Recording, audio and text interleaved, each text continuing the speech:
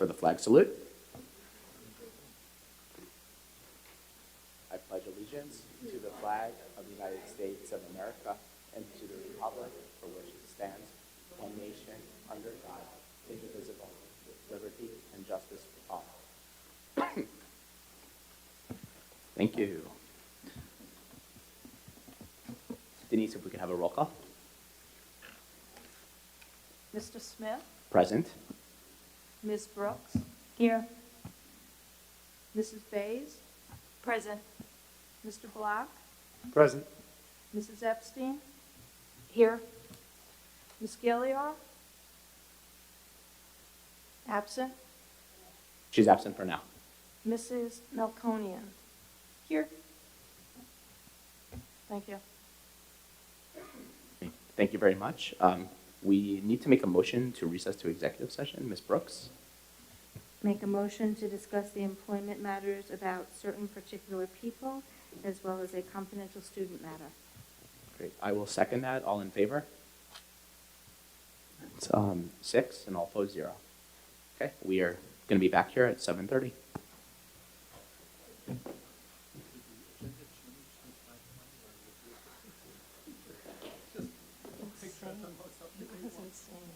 No, but when I left at 3:30, nothing changed. You know it.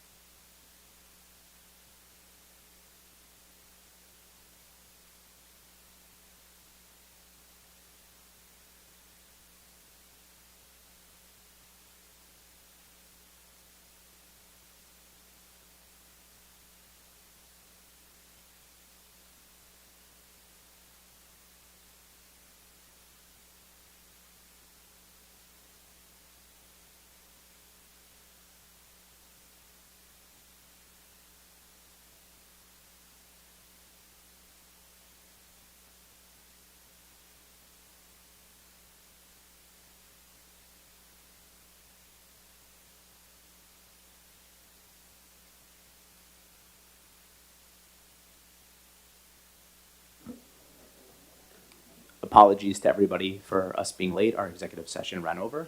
Could we please get a motion to reconvene in public session? Mrs. Brooks? Motion to reconvene. Do we have a second? Dr. Block? All in favor of reconvening? 7. So we are reconvened in public session. Denise, if you could do the roll call, please. Mr. Smith? Present. Ms. Brooks? Here. Mrs. Bays? Present. Mr. Block? Present. Mrs. Epstein? Present. Ms. Gilliard? Here. Mrs. Melconian? Here. Thank you. Okay. Can we please get a motion for the adoption of today's agenda? This is item 4.1, but I'm going to note that we are going to be removing item from the discussion items, item 10.4, the discussion of ZE creative communication is stricken from the agenda. So if we can please get a motion. Ms. Brooks, second. Ms. Bays, all in favor? 7-0, okay, great. So in light of us being late, I'm going to be very brief on the opening statement and welcome everybody. Thank you for attending today. And with that, I have a little bit of a hoarse voice today, so Mrs. Melconian, if you wouldn't mind doing the recognition. Hi, everybody. This is an honor to be able to do this. Paul D. Schreiber High School was informed by the National Merit Scholarship Corporation that 5 students in the class of 2023 have qualified for semifinalist classification in the National Merit Scholarship Program. Over 1.5 million students nationwide took the qualifying test, and approximately 16,000 students have earned the designation as semifinalists in the competition. The students now will complete an application form that includes information about academic performance, as well as a recommendation from the school counselor. This supporting documentation will be crucial in determining whether students become finalists in the process.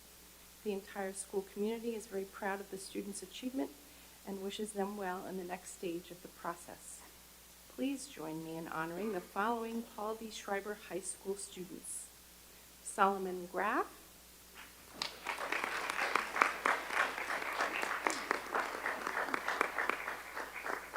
Susanna Kaiserman, Yeah, if you're present and your name was called, please come and receive your certificate. Owen Miller,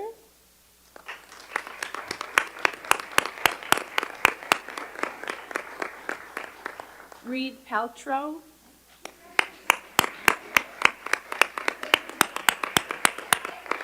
and Tara Parmar.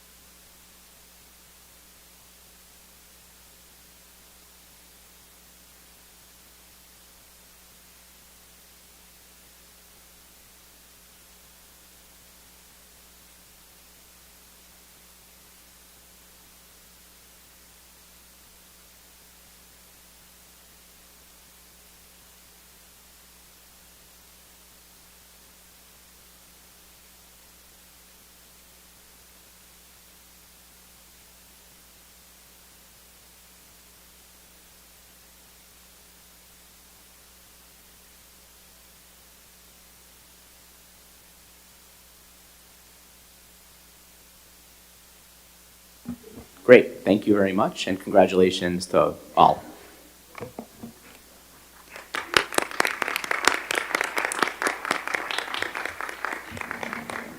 Pull this closer. Dr. Hines, your floor for the report of the superintendent. All right. Thank you, President Smith. Good evening, everyone. Good evening to our administrators all the way in the peanut gallery over there, and to our wonderful teachers and educators. Yes. Yep. Just want to welcome our families who are here, both physically and virtually. First, we're going to start off with Dr. Shields, if you wouldn't mind, with the enrollment report. Thank you. Of course. We had an enrollment report put together today. We have 5,251 students. This is 32 more students than we had this time last year. All right, thank you, Dr. Shields. So the next is, I know President Smith only had a few things or one thing. I have several, so just bear with me because they're all pretty important topics. The first one I'd like to bring up has to do with, we had our board building walkthroughs last week, and this presents an opportunity for not only the Board of Education, our administrators, some teachers, and community members to tour the buildings and part of the facilities to see all the great things that took place over the summer and to address some of the needs that have been shared over the past several months and how they were addressed. And so I want to thank Brian Graham and his crew for doing an outstanding job, all our custodians, buildings and ground staff, they're really second to none. So I just want to thank everyone for preparing for that. The second thing I'd like to do is to recognize and hopefully not embarrass two of our board trustees here.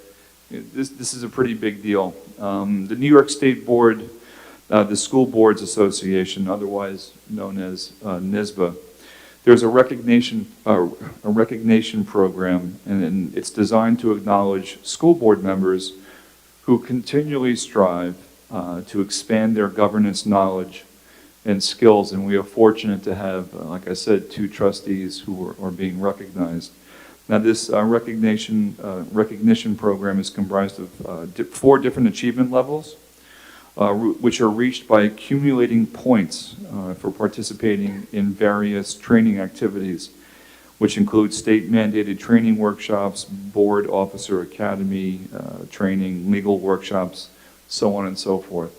And I think some of us forget at times that board trustees, believe it or not, are volunteers. They are not paid, and all they do is give up their time to help problem solve and to work with administration to make sure that our students get the best education they can. So we have 2 trustees. One is sitting to the left of me, Emily Bays, and so the New York State School Boards Association, the Board of Achievement Award is presented to Emily for all the work that she's done over the past year, and she's accumulated 75 points, and I just want to make sure that the community understands what a sacrifice and what a privilege it is. So thank you, Emily, for everything that you've done. You're welcome. The second recognition goes to Deborah Brooks for the Board of Excellence Award, and she's totaled 150 points in leadership development opportunities. So congratulations, Deborah.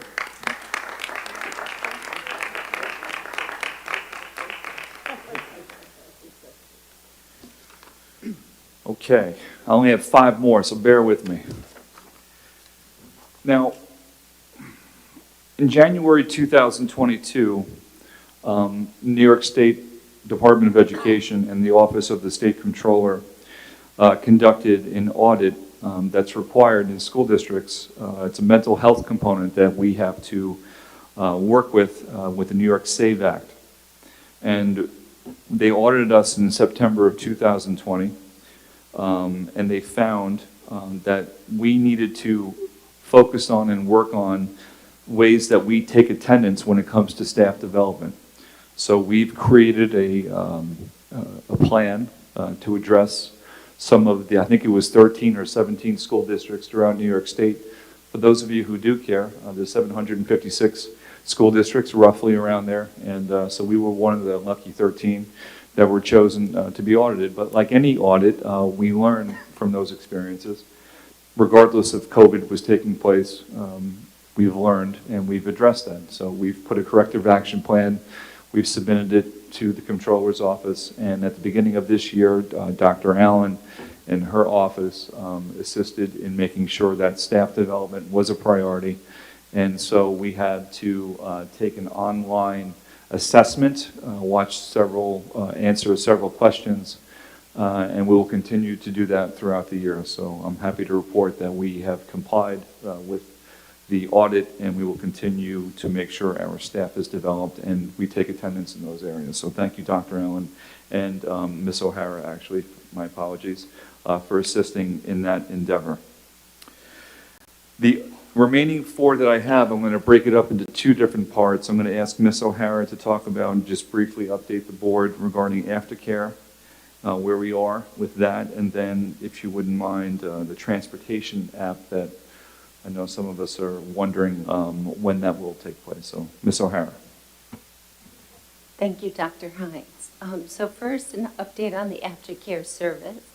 Over the summer, we met with the elementary school principals, along with JCC and Port Washington Children's Center, just to review the practices and procedures for the aftercare programs at each school.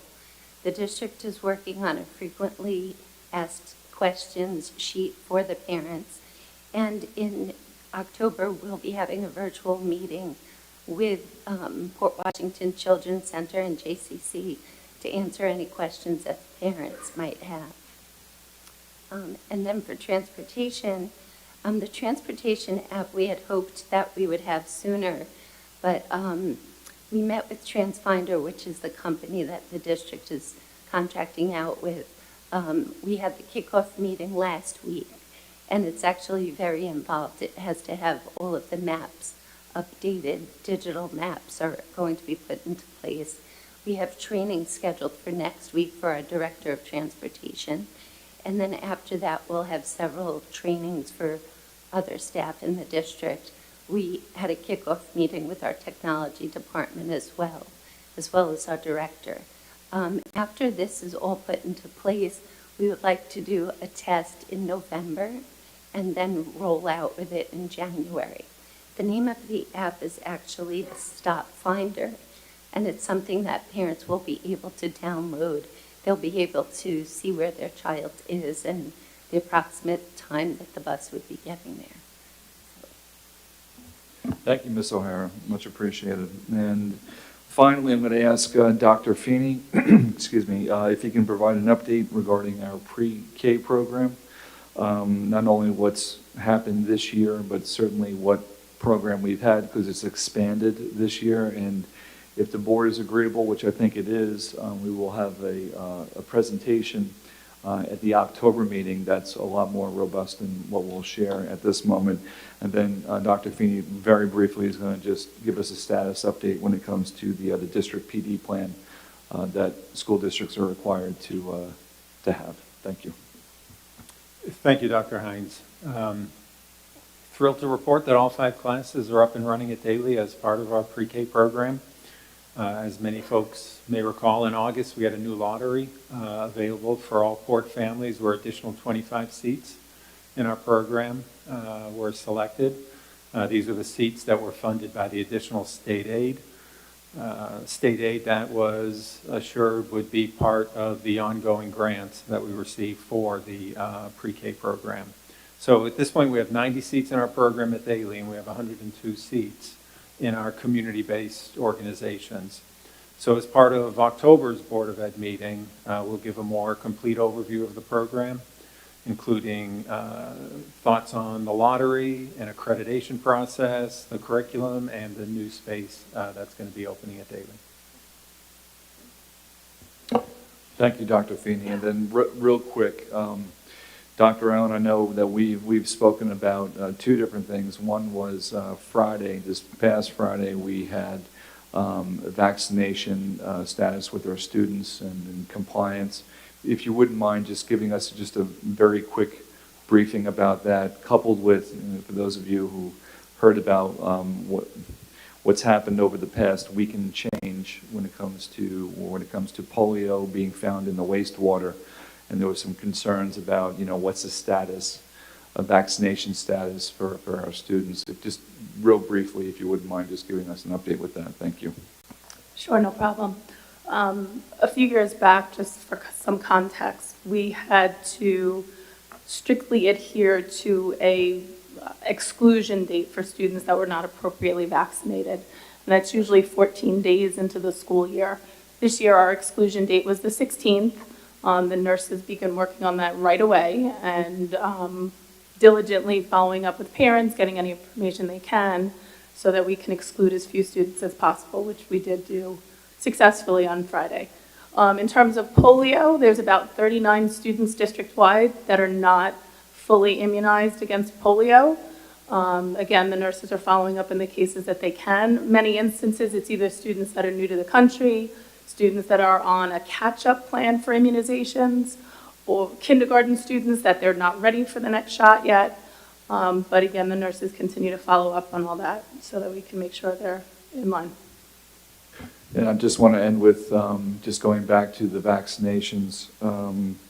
And that is a very stressful time, I know, for families. I know it is for our nurses and certainly for our administrators to have to make those phone calls and work with families. So we certainly appreciate the families working with us during that time. It's something we don't look forward to doing, unfortunately, every September. But I'm glad to see that the compliance has been pretty high when it comes to that. So thank you to our families.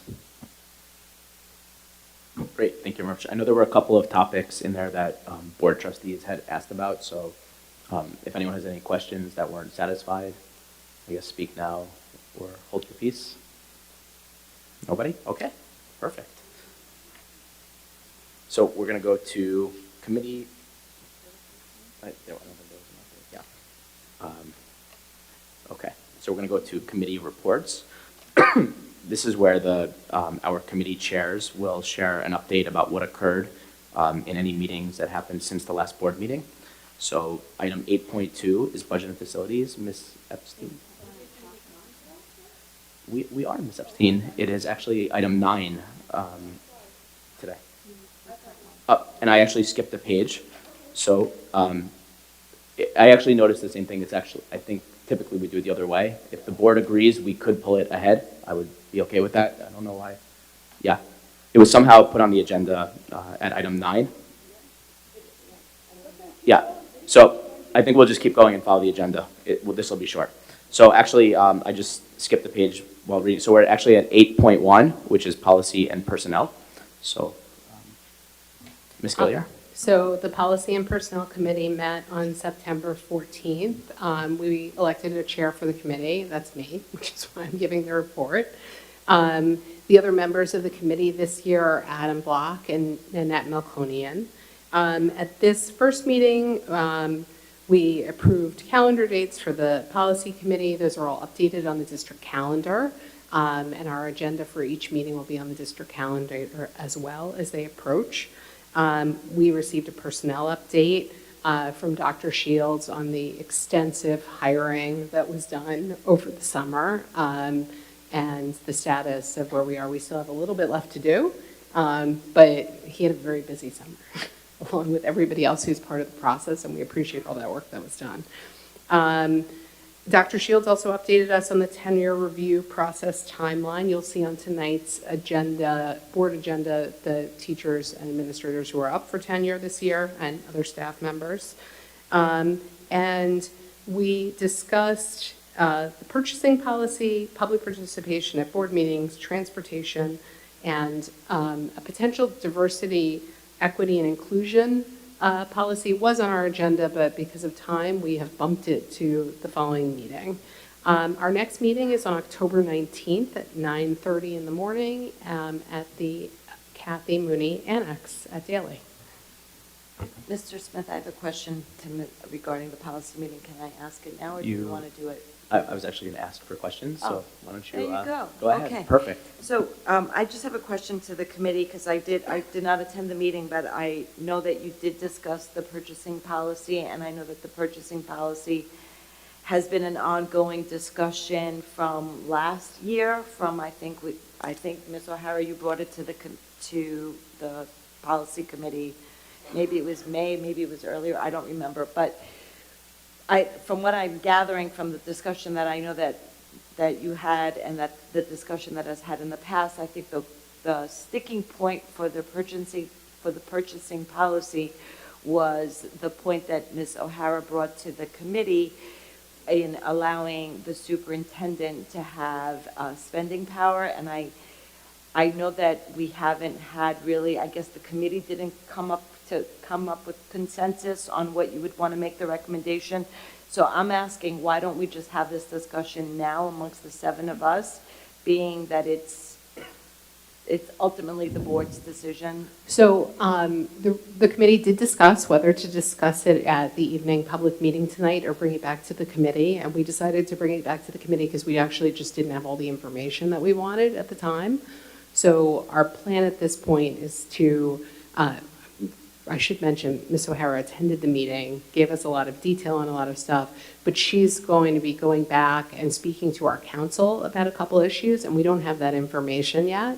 So we are planning to continue the discussion at the October 19th meeting. And then at that point, this is something, obviously, that will be subject to approval of the entire board.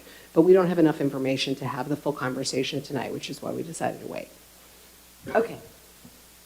So maybe when you bring it for first read, since this is something that's been, I guess, somewhat controversial, we could come prepared to discuss and maybe bring those data points to the. Yeah. We'll bring all the information, and I think that the committee's intent is to have a recommendation at that point, but it has to be a decision. We know the entire board has to vote on it. We're not at the point where we actually have a recommendation because we didn't have enough information yet. Okay, so I'm just going to point out that this has been an ongoing discussion since last year, and this information, the same conversation that took place this past week, took place at all throughout of last year's discussions. The next board meeting will be after your policy meeting, which means that it will be before, I'm sorry, right. So our next board meeting will be the day after the policy meeting. The day before, sorry. So basically, what I'm trying to say is that we won't get to have this policy as a potential first reading until November. So I'm just suggesting that we not wait until the policy committee meeting. That's my just suggestion, only to get it done already. Is there a particular urgency for the topic, Ms. O'Hara? That's a question to Ms. O'Hara. Is this an urgent policy? No, I don't believe it is. And actually, we did speak about it last year, but it was put off because I didn't provide the feedback. So just to be fair, we didn't speak about it ongoing. So it is, I think it's good to have the legal opinion, and also just, there were a few other things that had to be critiqued in the policy. And Ms. Bays, if you haven't had a chance to listen to that policy discussion, I would go ahead and do that, because I think we had a much more detailed conversation with a lot more information than anything I've been privy to before. And I think the committee has more information and a more informed opinion based on Ms. O'Hara's presentation and information. So our hope is that on October 19th, we can put this to rest, because we'll have everything we need to have to make a recommendation. Okay, great. Thank you, Ms. Gilliard. 8.2, budget and facilities, Ms. Epstein. Thank you. We had our first meeting, and I am thankful to Dr. Block and Ms. Bays. They nominated and elected me as the chair this year, so that's why I have the privilege of the update and recap, but they can always add if I've missed something. The meeting was a presentation with Justin Didio, our architect, Ms. O'Hara, and Brian Graham, our new director of facilities, on the RFPs that were received regarding some outstanding bond projects at Manor Haven, Sousa, and Salem. The resolution for those RFPs and to accept them are on tonight's consent agenda under the facilities section. So the recommendations were to put them and move forward so that we could avoid any delay, increased costs, et cetera, due to the supply chain. So those are listed today. In addition, presentation by the committee members was made of their desired topics for the year. In the current agenda tonight, a copy of the draft proposal for each meeting is attached to the agenda. It does not include some of the specifics that were just raised at the meeting, such as school supplies, playground equipment, transportation, and the use of our ARP funds.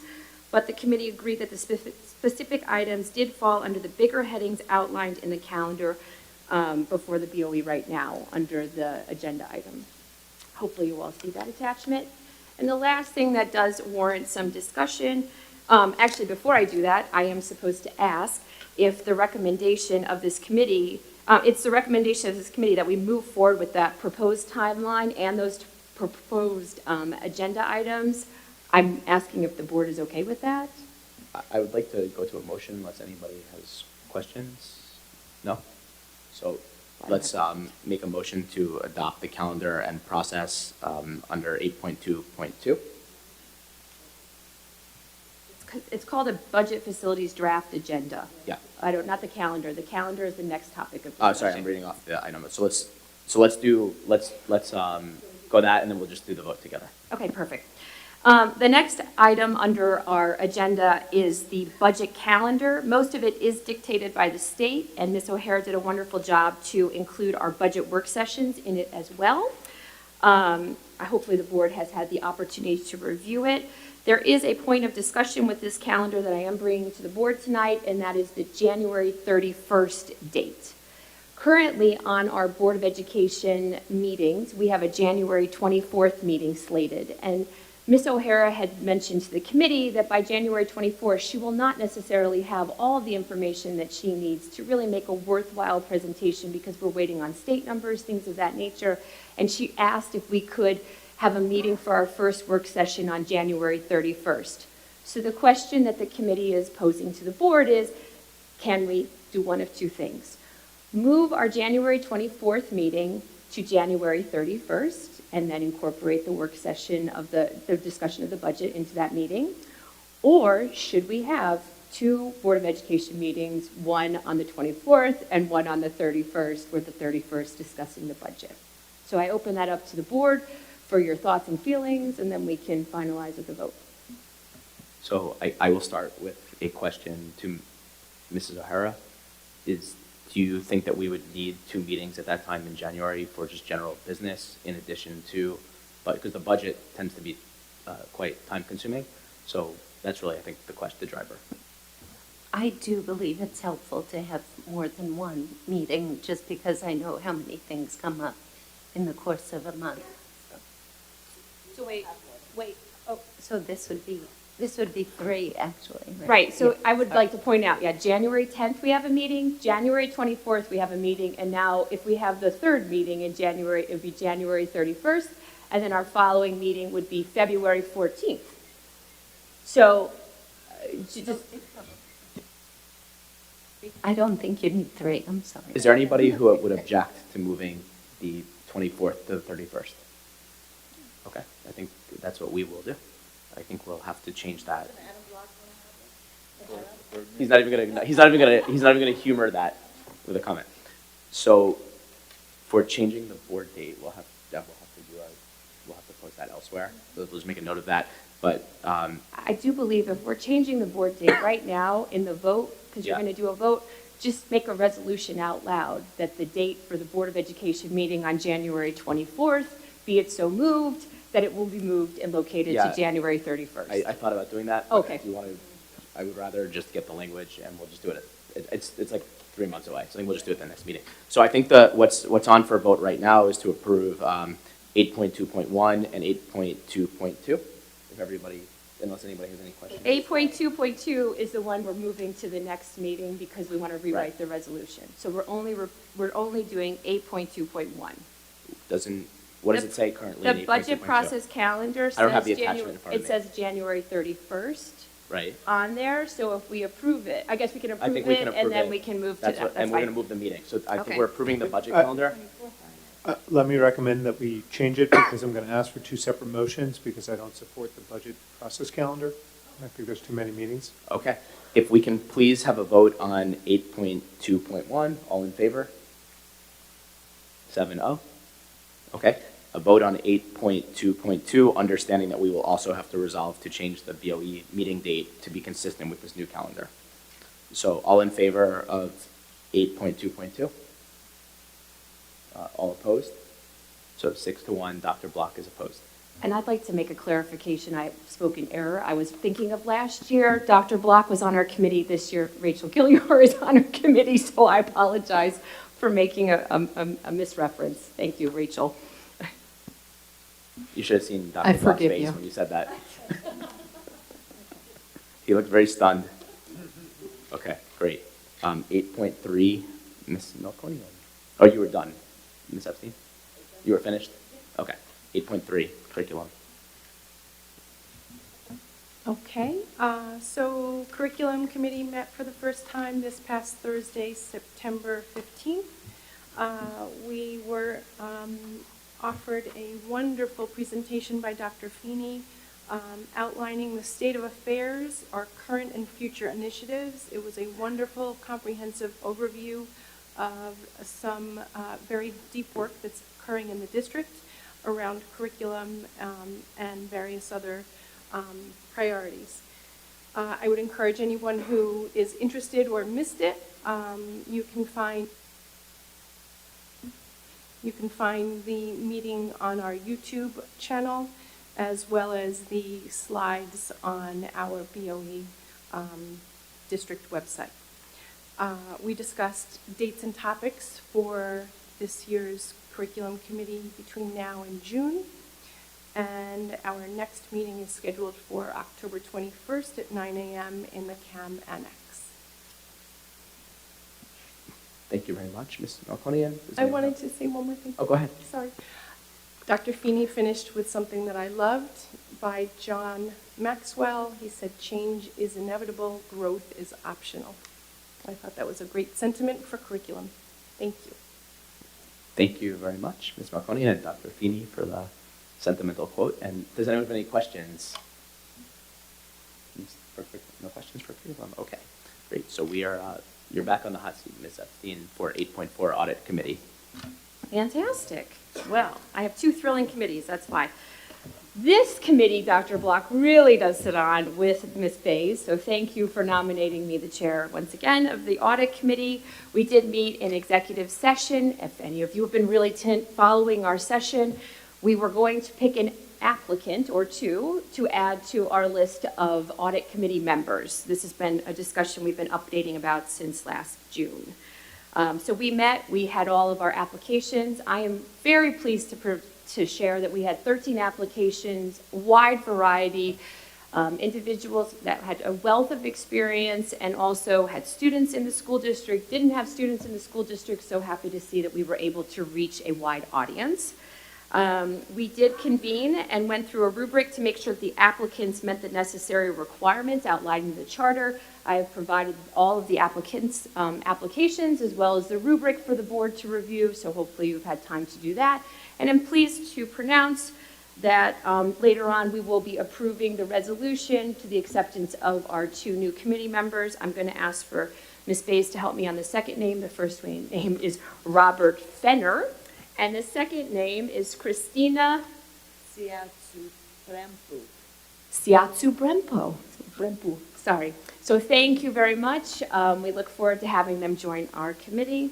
And I would just like to also add, I'd like to thank Ruth Smith, both for budget and for audit committee. We had a lot going on here that came at a really fast and furious.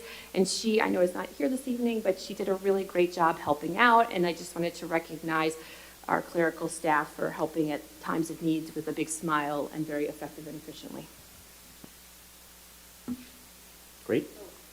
I should add that our next audit committee meeting is Tuesday, October 11th. It will also be an executive session at 9 a.m. and we'll be working with the external auditors. So we'll be reporting more at our October 18th meeting. So look forward to seeing you all then. Great. Anybody have any questions regarding the audit committee from Ms. Epstein? No? Okay, great. We currently have no legislative task force. We're going to discuss that later, right? Okay, so thank you very much to all of our committee chairs and members who met this past couple of weeks. And we will now go to item 9.1, which is community comments. A reminder, please sign in if you want to speak. If you haven't already, you can step up to the podium and sign up. We allow 3 minutes to speak.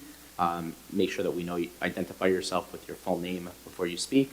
And if you ask a question that is appropriate for us to answer, we will do our best to answer it at the following Board of Ed meeting. The first person is David London. Good evening, everyone. Thank you again for giving us the opportunity to speak. School's open, kids are happy, parents are happy. Thank you for the work that everybody is doing now over the summer, all year. Wanted to just close the loop on the Cliffway Gate. Some people were calling it Gate. I thought that was funny over the summer. Not a lot of people, a few people. I didn't see a summary. I didn't see any kind of postmortem. I just wanted to get on the public record so that everybody on the board is aware. We had the big meeting. We had all the right resources in place, and the safety officers, the Port Washington Police, were unanimously agreed that keeping the gate open was the safest route for the school children to approach to come to campus, as opposed to making them walk around Crestwood. So I say this because the next person that has a great idea, the next policy that's going to be in place to kind of shut this down again, I really just want to be clear that the police were 100% supportive that that is the safest route to school. And the next time this gets proposed, please just talk to the police directly, talk to the safety officers directly. I don't know why the message didn't get through to everybody directly, but I would highly encourage everybody to, hear it firsthand from them, and that's why I bring it to this forum. I would say overall the experience was very positive. Again, thank you all for listening, getting the right resources together. For the most part, everything was very positive. There was something that wasn't very positive. When HSA leadership came and knocked on our door, we had a conversation. I would describe that conversation as challenging at best. This is something that we're addressing with Dr. Ferrante.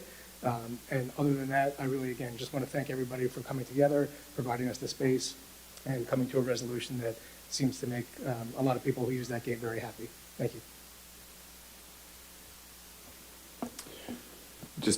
We typically don't do this, but I'm going to just add a comment. And thank you, Mr. London, for sharing your sentiments. I know that Salem, the safety committee, is meeting next week, and I'll be there so we're assessing how things have moved forward since the beginning of the year. I was there for the first day of school at Salem, and it looked like we had half the police force there, and I say that tongue in cheek, that's a testament to the Port Washington Police Department for sure. I just want to be very clear, though, that they were engaged in these conversations from the get-go. Just want to be clear about that. However, I think there are some silver linings. There are things that we have learned along the way, and we'll continue to do so, and I look forward to our meeting next week.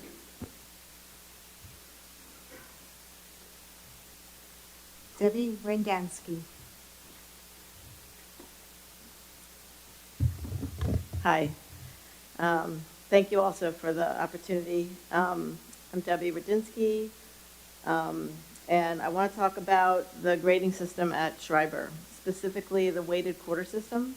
It's something that has been on my mind for years, and I thought that now, since my kids have almost aged out, I would bring it up before we're done. Currently, each quarter is weighted as the years go on, with the fourth quarter being weighted almost double the first. The first quarter is worth approximately 19% of the final grade, while the fourth is worth approximately 8%. I think the system is problematic. First, it assumes that students get off to a slow start and improve throughout the year. That might be true for some, but this system doesn't consider the students that do the opposite, or the student that is busier in the spring quarter. Also, the highly weighted fourth quarter can be stressful for some students who are keenly aware of the exaggerated importance of the fourth quarter. Why is the work done in the second half of the year being valued higher than the work in the first half of the year? The second problem with this system is that the amount of assignments and available points to be earned per quarter actually tends to diminish in the fourth quarter. I've noticed this with both my children. For example, in Comp Sci A last year, there were only 3 assignments given in the fourth quarter, compared to 11 assignments in the first quarter. In this situation, those 3 assignments become extremely influential on the final grade. I believe that the quarters should be weighted equally.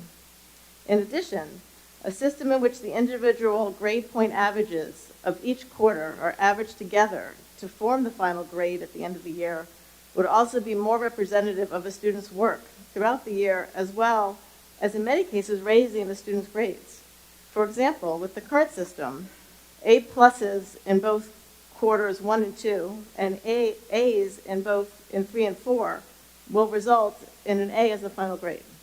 However, if the quarter averages were used, meaning like, 98% in the first quarter, 93% in the second quarter, that type of thing, and weighted equally, there are many scenarios where the same grades would produce an A+ as the final grade, if you averaged. Okay, does that make sense?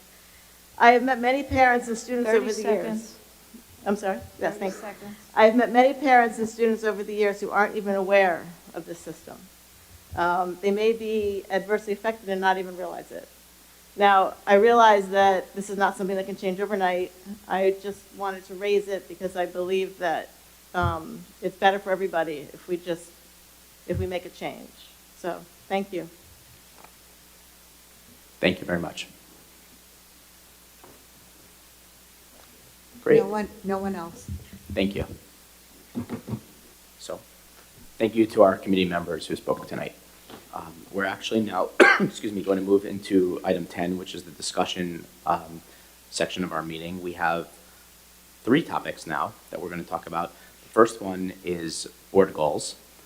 We actually have a slide that we will be putting up on the projector. The Board of Education met over the summer in a board retreat, and we brainstormed these goals, and they were sent out to the Board of Education members to review and comment for several weeks, or at least a month. So the board members have had these to ruminate over for at least a month or so. We did not receive any feedback from board members when it was asked at that time, and I believe that this initial draft has already been shared, correct, with the staff, unintentionally, but it was shared. So what we would like to do tonight is discuss each of these goals in public. Again, as this is what was brainstormed by the BOE, and we can work to refine or tighten them up. So we're on the next slide now. So I will actually, since I'm very limited on voice today, would you read them? Yeah. So this was a collaborative effort over the summer, and there was a lot of brainstorming and a lot of ideas thrown out, and everything was synthesized down into these 6 goals, or these 6 draft goals, I should say, to present to the community. So the first one is to support and monitor the social, emotional, and physical well-being of all students and staff to ensure a positive school culture and fulfilling educational experience. I think just read them. Oh, the whole thing? Oh, Yeah. okay. Continue to strengthen and advance communication, onboarding, and accessibility with and for all stakeholders. Develop a long-term sustainable budget plan that supports our district vision, mission, and 5-year strategic plan, and determine funding sources for major capital improvements. Support and monitor a learning environment, curriculum, and extracurricular activities that allow all students to flourish and meet their fullest potential. Support and monitor the hiring, retention, and professional development of a highly qualified and diverse staff. And finally, continue to advocate for increased state aid to support the needs of the district. Great, thank you very much, Ms. Brooks. So what I was thinking, and this is open to the board to discuss how we proceed, is that we could basically go down the line and everybody could give, I guess, where their head is and where their comments are on where we are, and we can see where we need to go from there. Hopefully, being that this has been out there for a long time, we won't have too many big surprises, but maybe we will. So we'll start at that end and come this way. You want to start? So this is my 6th year on the board, so my 6th board goal discussion, and I think we've evolved in how we approach this. I'm overall happy with this list. I think the challenge that I thought as I was a new board member was, well, how do we write all this up? Because obviously we want to be doing the best we could possibly be doing at every single thing at all times. But that's not a measurable goal. It doesn't set the tone for anything. And so our challenge every year is to think about what our priorities are and what we want to encourage while also staying in our lane and making sure that our goals are appropriate goals, because we're not the people in charge of the nitty-gritty of how things move forward. I think this should go without saying, but just to be really clear, the board always sets our goals in partnership with the superintendent. You know, we're not putting anything up here that is a surprise to Dr. Hines or isn't in line with what his own goals are for the district too. So I think for me, there are several things in here that are important that we've talked about publicly, and I'm glad that they're in here. Social, emotional, and obviously physical well-being because of COVID, but now that we're heading out, hopefully social, emotional learning and well-being is something that this board has prioritized. We're looking at the expansion of ruler to all the districts, to all the schools within the district. It's something that should be one of our priorities. And then I don't want to, go through and hit every single one because obviously we're going to go down the line, but I do want to highlight that one of the things on here that's very important to me is number 4, although they're not numbered, about supporting a learning environment, curricular and extracurricular activities that allow all students to flourish and meet their fullest potential. One of the reasons that I wanted to be on this board and one of the reasons I continue to want to be on this board is to encourage that kind of excellence for every single student. And I think that we're very fortunate here that we have an administration that believes that as well. But as we move forward to this year, I'd like to see us really creating an environment that challenges every child at the level that that child is at and allows them to also exercise their talents and perfect the things that they're great at and flourish. So I'm on board for all of these. Great. Thank you, Ms. Gilliard. Ms. Malconi? So I agree with Rachel on the process and the priority and collaborating and coming to a place where we think that these are goals that support the district and the district's initiatives and its priorities. So I very much enjoy the fact that this is a team effort as we want to work with our staff and our administration and the community to advance the priorities of our district. So I find this a wonderful exercise, actually, with hopeful, real outcomes. It's not just an exercise just to be an exercise. But I just wanted to point out some keywords for me in these goals: positive school culture, communication, accessibility, potential, and professional development, I think are really important priorities in this list that I'm in full support of. Thank you very much, Dr. Block. So I'm proud to have participated in helping to draft these goals. My only recommendation at this point is, Ms. Gilliard noted, number 4. That one rings very true to me, and I would recommend that we bring it to the top. I think there's some value in identifying the priority of that one. Okay, great. We'll consolidate comments, I guess, at the end before we decide to vote on it. So, Deb, go ahead. Would you like to skip over me and go to somebody else? Okay, Yeah. sure. Okay. Yeah, okay.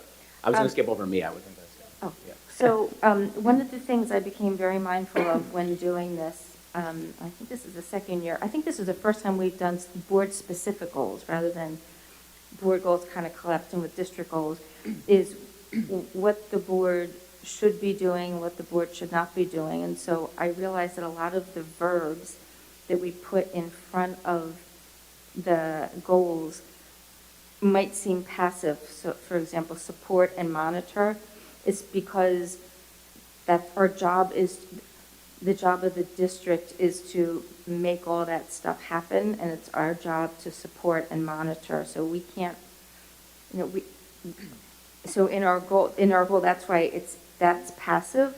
But then if you go down to something like to develop the long-term sustainable budget, that's actually within our actual purview that we get our little hands on, that we have direct control over. And the same with advocating for increased state aid. So that just made me mindful of our lane, so to speak. But one of the things I also appreciated was the goal at the top. I don't know if these are in any particular order, but the first one about the social, emotional, and physical well-being talks about the actual school culture, the feeling of what it's like to go to school. And then the fourth one is about the environment of learning. So I think that there are two different things. I thought maybe we'll collapse those two, but then I realized, no, one is really about I guess that more the psychic atmosphere of the school in terms of feeling comfortable and safe in the school, and the other is actually the learning potential within the school. I see them as being distinct. And other than that, I enjoyed engaging in this, and I enjoyed the collaboration very much.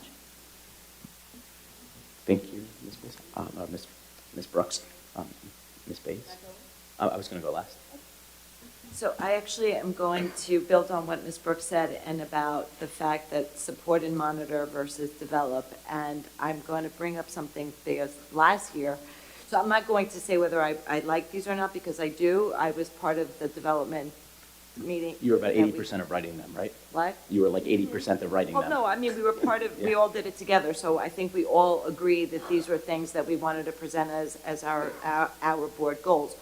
What I do want us to discuss is the difference between the board goals and district goals, which is what we had last year, and more importantly, how we ended last year with a strategic plan that incorporated our district goals into the strategic plan. And so my question for us as a board, and actually to Dr. Hines, is we as a board have not been presented with Dr. Hines' goals. I mean, I know that Rachel Gilliar said that we did it in collaboration, but Dr. Hines was not part of our discussion when we had this development meeting.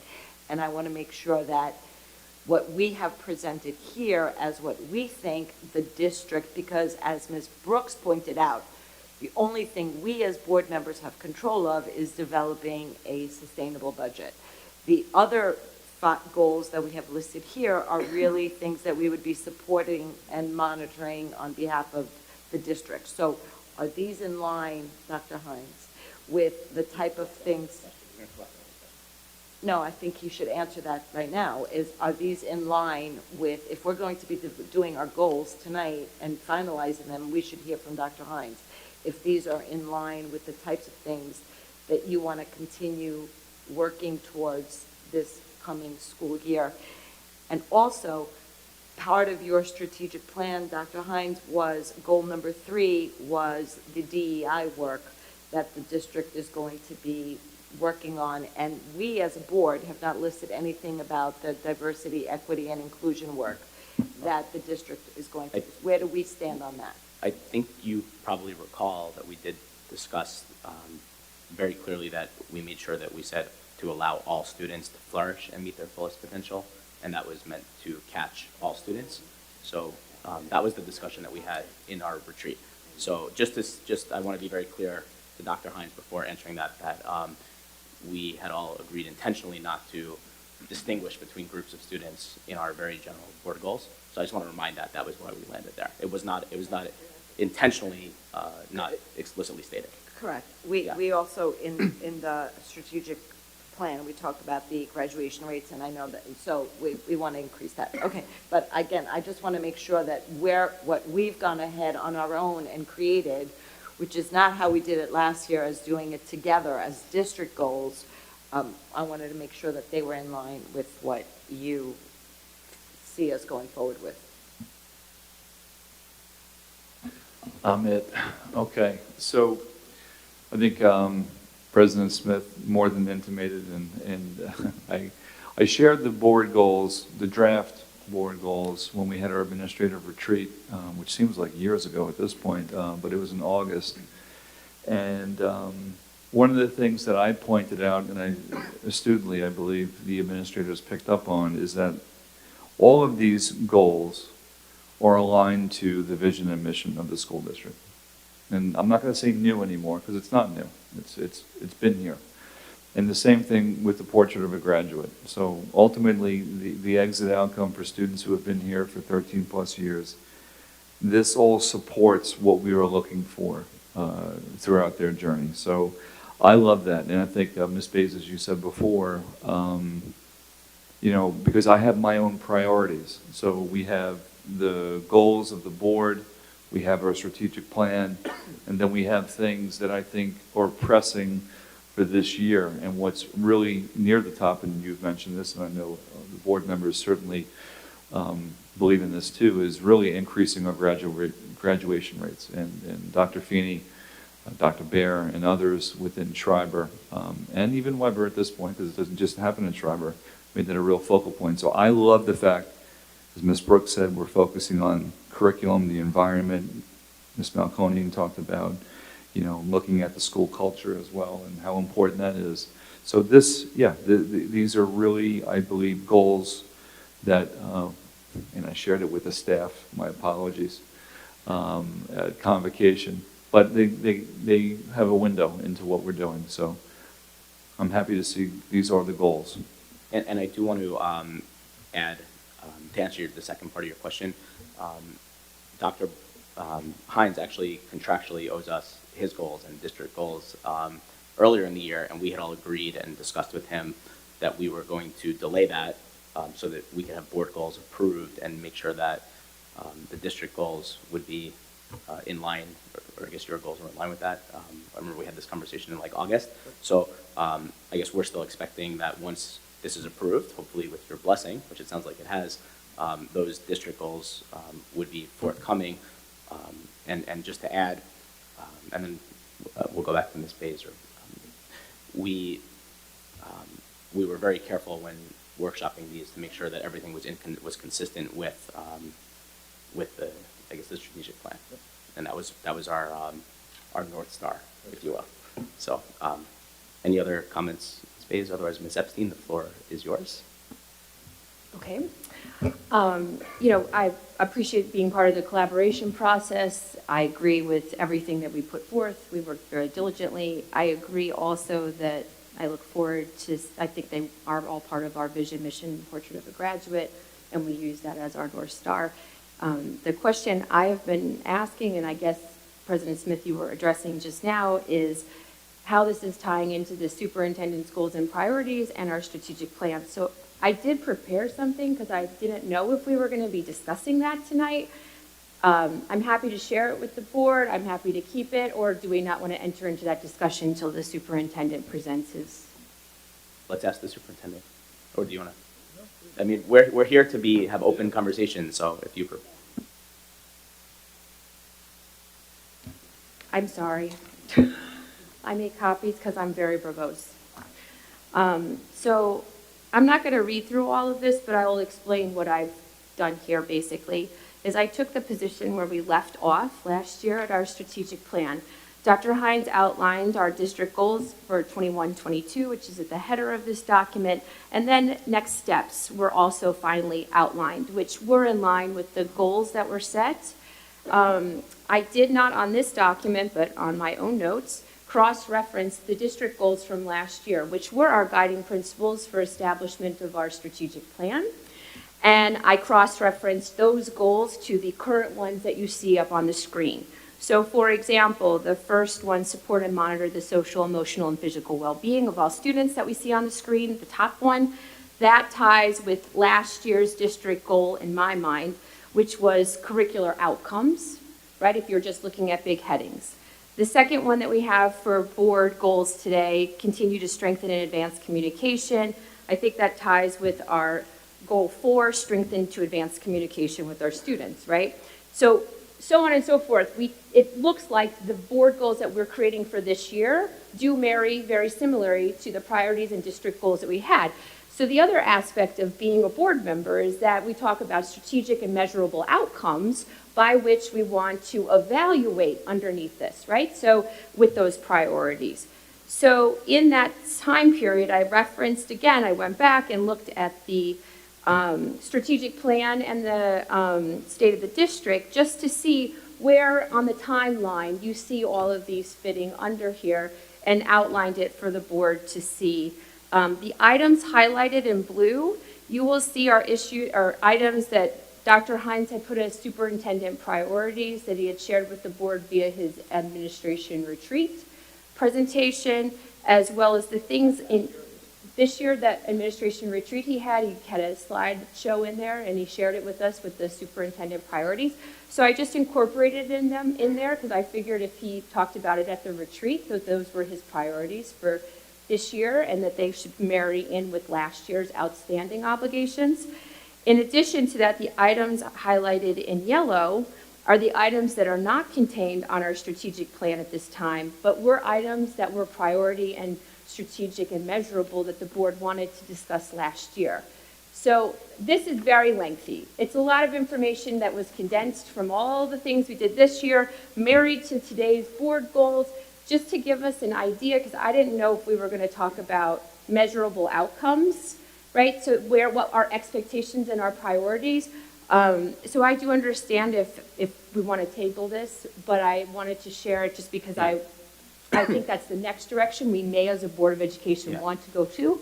I'm asking, maybe we don't want to. So I actually think this is a great document. Just, I guess maybe we'd seen it sooner than today. We probably could have incorporated it more, but I appreciate it. I know, so. I was actually working on it today because I needed to get myself in my own but it's great. headspace, and it became more than I thought it would. What I will propose, and then I'll put this out to the rest of, I'll say what I think, and then you say what you think. So obviously, board goals, I don't necessarily, I think that would be something, since today we're talking board goals, right? So board goals, we could discuss as a board if this is something that we want to assess. And we can't really, this is really more board goals for what we want out of the district. It's not board goals like we want to adopt ruler for ourselves as a board, right? Our board goals are more philosophical, what we want to see in the district and the budget, et cetera. But we can't really assess or measure the board goals, right? But what we can measure is the district goals. But I think Dr. Hines has to bring us his goals and his district goals, which would then be tied to assessment. So we're probably, what would you say, 45 days away from that? Yeah, I was just pointing out that it was a nice crosswalk. It is a crosswalk between the priorities that have been established and within our strategic plan. Right. So to show how they were in alignment already with kind of the direction we've been moving in and some of our outstanding projects that exist right now. This is great. I mean, personally, I had this in my mind very much like this, but I've just, Anyway, Ms. Malconian?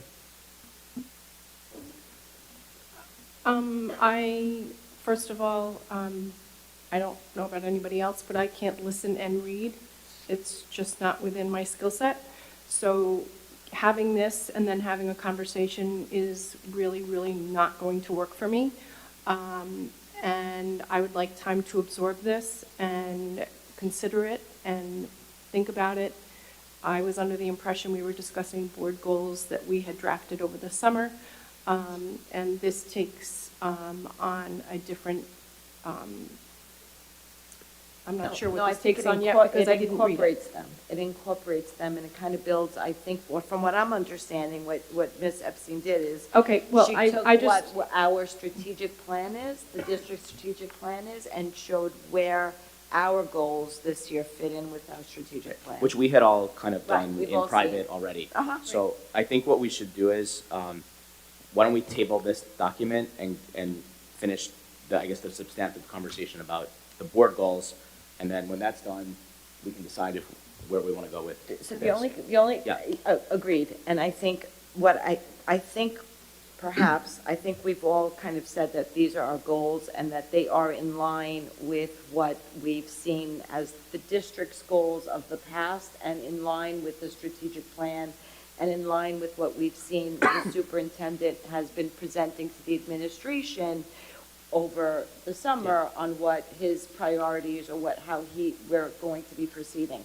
So I think that we're all in line. I think, but again, kind of circling back to what Ms. Brooks said and I said, our job as a board is to support really the district overall, right? So I think it's really important that we do maybe finalize everything board-wise once we hear from the superintendent and hear his goals, or again, because we're doing it differently this year, we're doing separate board goals and separate superintendent.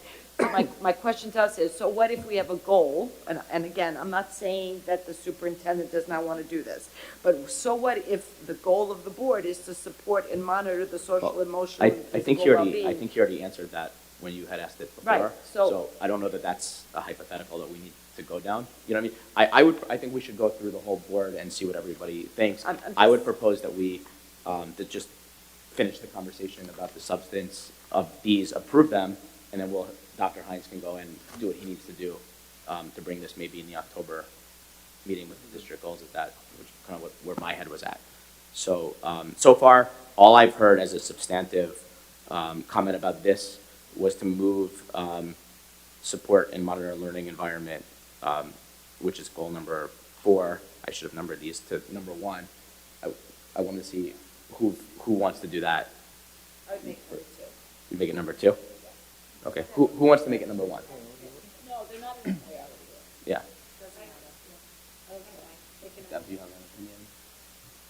It really, it doesn't matter. I think if you have happy, healthy children, they're better able to learn. So I don't have a problem moving it up to number 2. I can live with that. Okay, good. Yeah, that's my plan. I'm good with it being number 2 as well. Okay. So I think we would move number 2 between 1 and 3. But I don't, Yeah, the current number 4 would move between the current number 1 and the current number 2. but I think they can all coexist, kind of. They're I not see in them in a priority order. circle. Personally, Yeah. I just see them in a circle, Yeah. with the students in the middle, and they're all kind of equal, but. Okay. So I'm going to put to a vote, make a motion to, sorry, Ms. Gilliard, go ahead. I think I was just going to say, I'm in agreement with you. I think we should talk about the goals. Ms. Epstein, I appreciate this document. I think that what this document implies, and which we sort of said, is that we were talking about the strategic plan and looking at it as we did this, because when you have, as we do now, after the last several years, a strategic plan with goals set several years out and some guiding principles, and we have a portrait of a graduate, and we have a mission and a vision, the structure is completely different than it has been in the past. And so we're not making our goals in a vacuum. It's really cyclical in a way.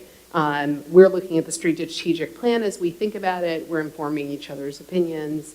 Our superintendent is thinking about the things that we have said. He's thinking about the things the staff has said to him. He's thinking about the public as he's formulating the strategic plan.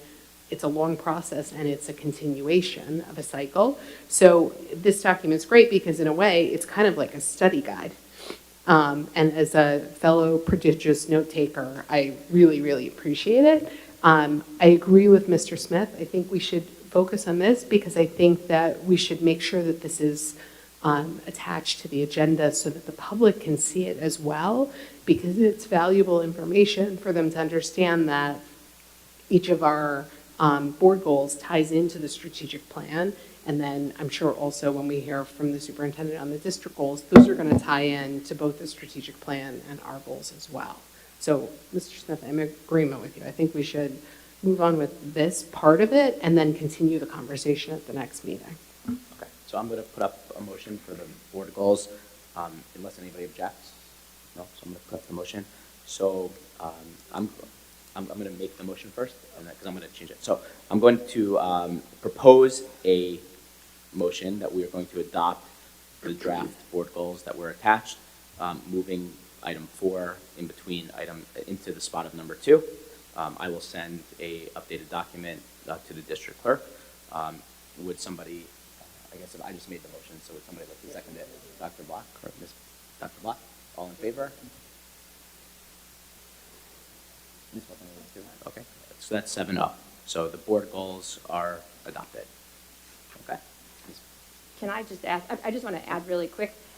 Again, I took this a little step further. I didn't know how far in the discussion we were going, but can we wait till we have a discussion before we post all of this? Some of this does include some of my further questions. We're not going to post, we'll post this Okay. document on the next agenda if we discuss it. Right, but some of the, If- my document you know, I'm has saying your some of document- my conscious thoughts that I was going to Yeah, bring up. we're not going to So- post this document. We'll Okay. post, if we collectively decide to add this to the next agenda, I assume you'll clean it up and we'll, yeah, great.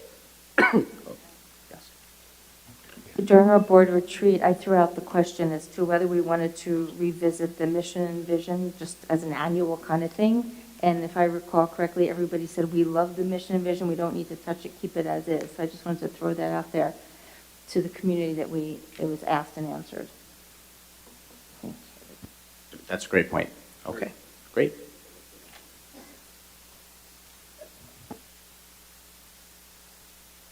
Okay. Great, we're going to go to item 10.2. This is an actual discussion about the continuation of the legislative task force. So in the past, the Board of Ed has had, I believe, was it an ad hoc committee or citizen advisory committee? Emily, was it ad hoc? Legislative task force. It's a citizens It was advisory right? committee. So we had a citizens advisory committee called the Legislative Task Force, which worked under the leadership of Ms. Bays in the past, had many community members, and it was involved in lobbying for topics that were to the benefit of the school district with our local legislators and in New York State. We currently, as all the board trustees know, do not have, excuse me, a chair for this committee. So we need to discuss whether or not we're going to continue the committee and appoint a chair. So, Technically, Mr. Smith, the committee should have met to appoint a chair because there are community members on the committee as well as other board members on the right. committee. but I So think- we don't know but that the there board is no needs- chair. The board needs to determine if the committee still exists, as it So doesn't the have a chair. question so you can is, call a does the meeting. board want the committee to meet? Because you don't know that there is no chair. Well, at this moment, there's no chair. So No. the board could appoint the Right, 'cause chair. the board- committee hasn't The board met. could certainly appoint the chair to the committee if it wanted to. No. It certainly could. That's Committee the board. meets. The board appoints the committee, and the board could certainly appoint the chair Again, of the committee. We So, decide whether or this is not we splitting- want to. This is splitting hairs. The So- board would like to decide whether or not we have a The board- legislative task force. The board would like to decide if it has a legislative task force, and we need to know if we have a board trustee who would be the chair, which the board can absolutely appoint if it wants to the committee through a resolution. We do not have to give that decision to the committee. It could certainly be appointed by the board. And so That would be the only conversation- committee so the that has conversation- operated that so way. We are going to go back to calling on people, like is our custom. So if you don't mind, you can speak when you're called on. Okay? So if the topic for now is whether or not the board would like to continue the legislative task force, and once we decide that, we will need to see if there is a board member who would like to step up and be the chair, who will presumably either be appointed by the board or, if the board so chooses, by the committee. So let's open that up to conversation. So I think I rolled onto the legislative task force around 2013, I want to say. It was in Rob Seiden's day. And I always found the committee to be very positive for the district in terms of whatever the legislative issues were that were being advocated for. Some of it was privacy issues involved in legislation, whatever it was, increased state aid. And given that one of our goals as a board is to advocate for increased state aid, I think that I think as a board we could do it, but I think a more appropriate vehicle would be a legislative task force. So I am in favor of that. I will note that there are members of the task force whose children have been graduated from the district. I don't know if they want to continue on the task force. I don't know what the task force would look like in its current iteration in terms of membership, but I think the first order of business is to say, yes, we're still going to have one, and then approach those members to see if they want to continue on, or whatever the process is to constitute it or continue, however that is. So my vote is I would prefer to see the continuation of the legislative task force. Great. Anybody else on either end have feelings about we'll start with the existence of the committee. I echo exactly, Ms. Brooks took the words right out of my mouth. We have a board goal that says advocate, and I think that that's a great vehicle and mechanism for doing that. So I agree with her sentiments. Ms. Melkonian? I have not participated on that committee, but they produced a lot of successful outcomes for the district in their years of service to the district, and I would like to see it continue as well. Great. Dr. Block, your feeling about it? I don't have a comment on it. I generally support it. Okay, great. I just wanted to add, I did not mean to omit Ms. Bays. I was simply referencing Rob Seiden as a data point in terms of how far back I go on the committee, but I just wanted to say, Ms. Bays, you've done great work as the chair.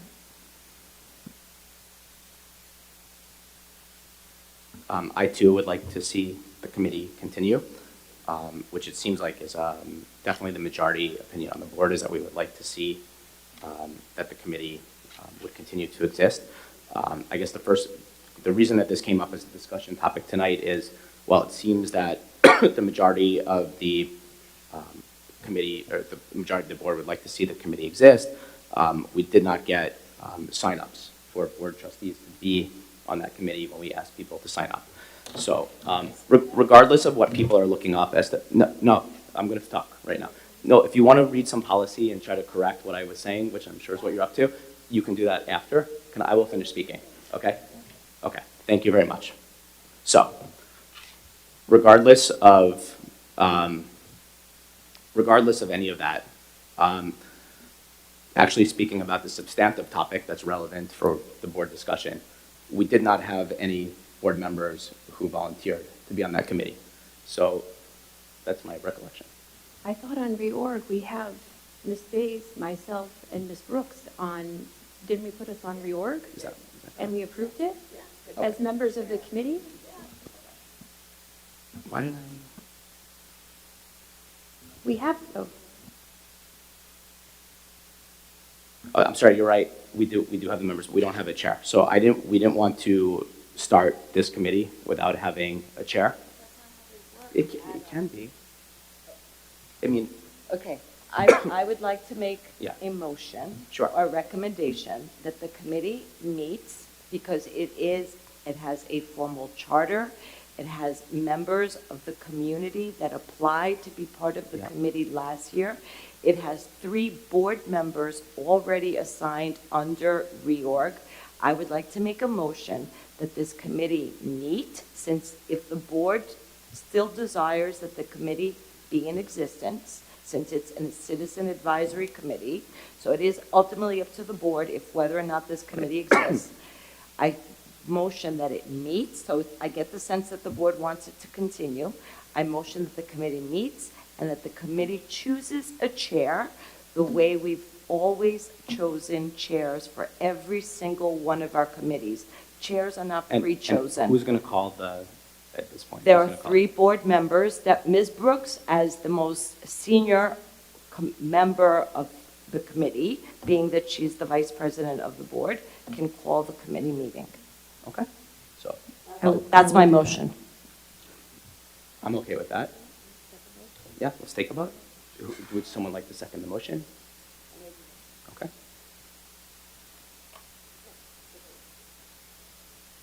Okay. Okay, and I will powwow, I will coordinate, we will pick a date, and we will reach out to the known committee members and advise them of that date. Perfect. So you're going to take the lead on that.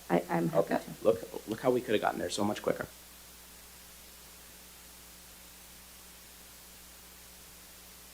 Okay. The next topic is emergency preparedness. Dr. Hines, do you want to talk about that, or do you want me to give the intro on that? Okay. Okay. So, I see here. Okay. Looks like you're chomping at the bit to say something. Okay. Okay.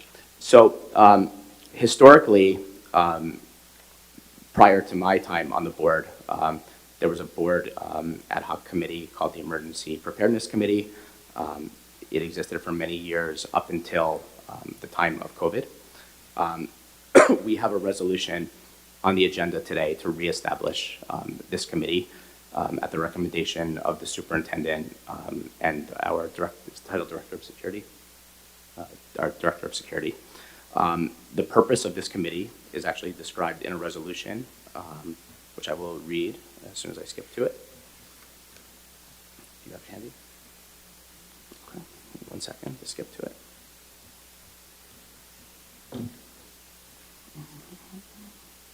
Okay.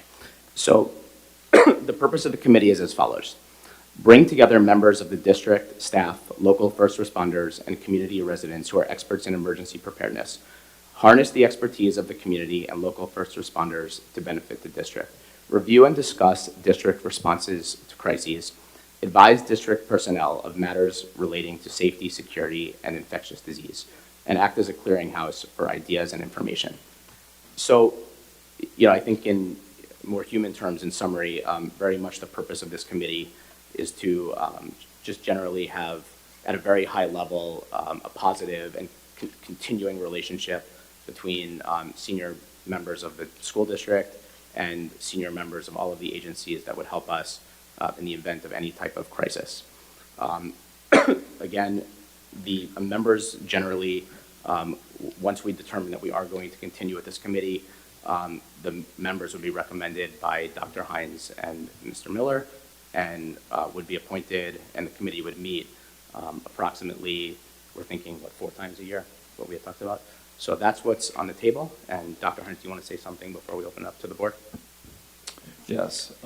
So in my first year here, I was made aware of this emergency preparedness committee.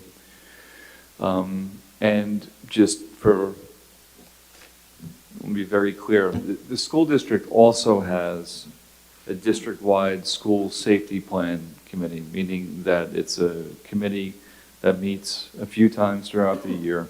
We work in conjunction with Peter DeLuca's representative, working with our facilities director. We have a whole host of staff members who are on that committee, administrators, teachers. We also have the Sands Point and the Port Washington Police Department that are part of that as well. And they work with the district-wide plan coupled with building-wide plans that stay in-house. And that's a really important step. We have to do it from a compliance standpoint, and we refresh it every single year. So as President Smith was saying, my first year, COVID happened in March. That committee shut down.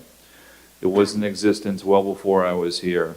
And that committee consists of board member, we have some administrators, we also have some outside people who work for the police department, we also have for the fire department, the FBI, so on and so forth. So it's a separate committee, that has met. And, again, this was something that was in existence well before I was here, and I thought it was a good idea to bring it about, especially with what's been happening from a security standpoint. We hear about all these different tragedies, and I think it really helps us, to the best of our ability, bring in outside people who have some potential different ideas that we could potentially move forward. So that's where we are right now, and I appreciate the board having this conversation. Great. So I guess we can go through. First of all, do board members have comments to talk about? I'll call in 1 second. I just want to see how many people have comments, then I'm going to go start it from this side. I just wanted to get a sense if it was everybody or just 2 people who were going to comment. So you have a comment. So we'll start this way. We'll work our way. It looks like there's 3 comments. And we'll start with Emily. Or sorry, with Julie. Okay, Yeah. so I see now that we've included the purpose of the committee in the resolution, so that outlines it much better. Can you please clarify who the community residents are? We're having community members on this committee as well for safety? We don't know yet. So David, yeah. So What says it? no, it doesn't have any names. So there's going to be a list of names put together. Right. that will be recommended by David Miller and Dr. Hines, and it will include community members, as Dr. Hines said, like one who is in mind is a FBI agent, for example, is a community member. So they will come up with the list of people that they believe would be appropriate to have on the committee, and they'll be appointed and it'll be put on the website with all the names. So at this time, there are no names. Okay, so we are going to include the names because the board has to approve those names if it is a Well, the board way ad the- hoc committee. The way the resolution is drafted, it's asking the board to give the president the authority to appoint the people. So the board can decide. That's how it's currently Okay, drafted. so If the board I wants to would like change that, Right, we I'd will. like it to fit our policy, which asks for board approval when we know the listing of them. Listen, my biggest issue is I think this should be a district committee. When it's an ad hoc committee of the board, it has a responsibility to be more publicized and it has to be communicated more frequently. And not that I don't want to communicate emergency preparedness to the community, but there is a lot of sensitivity that does surround that. And my concern is that we're going to have a lot of, everything we discussed was executive and confidential and we can't share. And I would imagine a very large percentage of it will be, Right. and that's what will be reported back. But then my question would be, then why not just make it a district committee? And the board president can still sit on this committee, the Totally. district committee. So Totally. that's my only, It's a choice. that's only my recommendation. As a board, we didn't come up that this was a need from a board perspective that we've discussed. This is our first time discussing it out loud. So that would be my first sentiment. I do also have, a little bit of conflict with the district safety committee and emergency preparedness committee. I know we've discussed that they're two different things. Dr. Hines was outlining them. I do see them as having a lot of overlap, and so I think that could cause some confusion moving forward. So those are my comments on that. Just to note, I think that the resolution itself is much later in the agenda itself. If I recall, it's not in the consent agenda. So we can work on the actual language we'll bring it for a vote later. So to address your first comment, yeah. But right now, I guess everyone just give comments and then we'll know where we stand for the vote later, so. Ms. Bays. Thank you.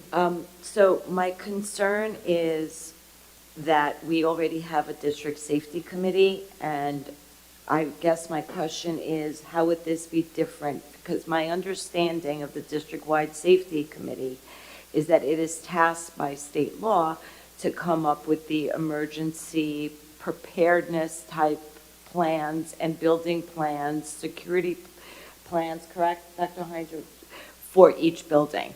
So if we have, I'm going to give you the analogy of Peter and Paul. So I would be very concerned that Peter is not meeting and making some sort of determination, and then Paul is tasked with actually writing up the plan.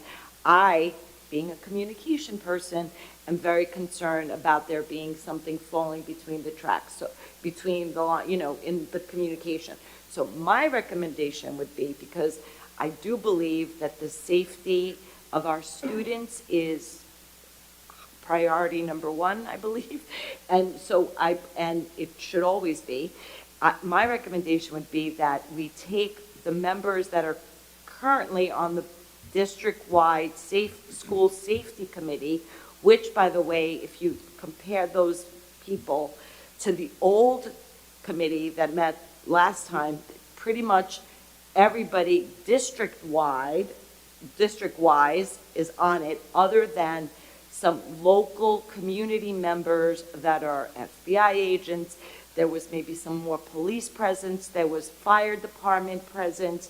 So I would recommend that we add those members to the district-wide safety committee, whatever we're called, and not kind of have too many committees. So I think, again, and my concern is mostly about, I think if we have two different committees, we run the risk of having something fall between, and that becomes a safety issue. So that's my recommendation.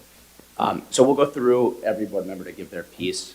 I personally think that, to my sense, the difference has been explained. I see the difference between them. I will say that I suspect that there will be a tremendous amount of crossover, especially of the more senior people. But I think there's a very different role between the district safety committee that's actually, well, I'm telling you, there's a committee of people on the ground doing the work, and then there's people who can just kind of brainstorm ideas that some of the people who are in both meetings can bring back to the other committee where the work is done, say, hey, I heard this great idea in a different group of people who are not at 1,000 feet, but they're at 30,000 feet, and they toss this around. We missed this because we were at a low level. Let's think about this in our plan. So I think that there's a lot of difference between the committees. There's also different relationship building, and there will be different people, senior police department people who might not come to the myriad of safety committees and building committees, but might have seen something. So the district-wide safety committee only meets 3 or 4 times a year, so it'd be the same time. And- There's building meeting committees. Correct. But I'm So not there's lots talking of about different- that. But I'm talking about all of them, because Right. there's lots of different committees. So anyway, that's my opinion, and we'll either bring it to a vote or not. So to clarify, we are proposing at this point reconstituting its emergency preparedness committee in exactly the way it existed pre-2020. Yeah, and actually, most of the description in the resolution was pulled from that old committee. So, building on that, right, before 2020, before COVID hit, we became consumed with a pandemic and stopped worrying as much about other safety issues. We saw these things as distinct, and I think that we're a little hampered in this conversation because to my understanding, the majority, if not all of these conversations always were in executive session because they were the kind of conversations that for safety reasons you would never have in public.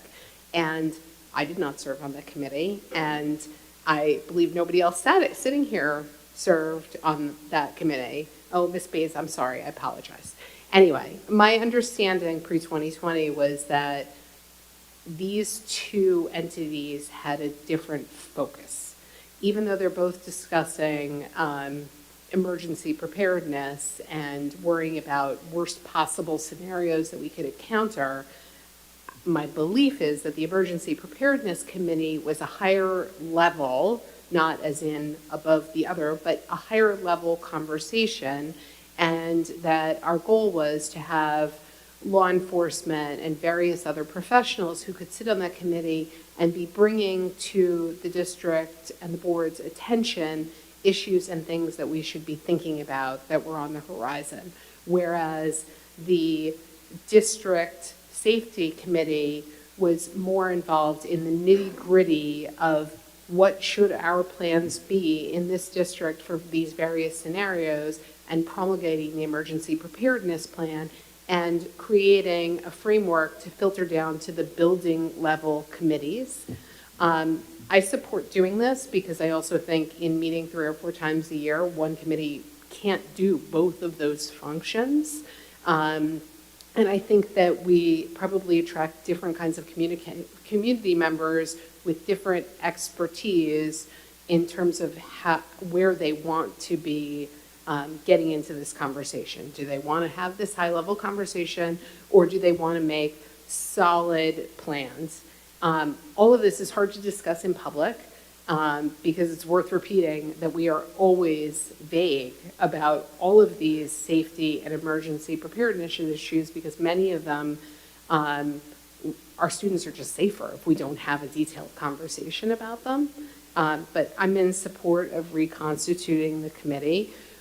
We always can plan to have a conversation next fall about whether or not, especially since a lot of the board has turned over in this period of time, whether or not this framework of this district committee and this board ad hoc committee made sense for the year, or if there's a different way we want to constitute them together or separately.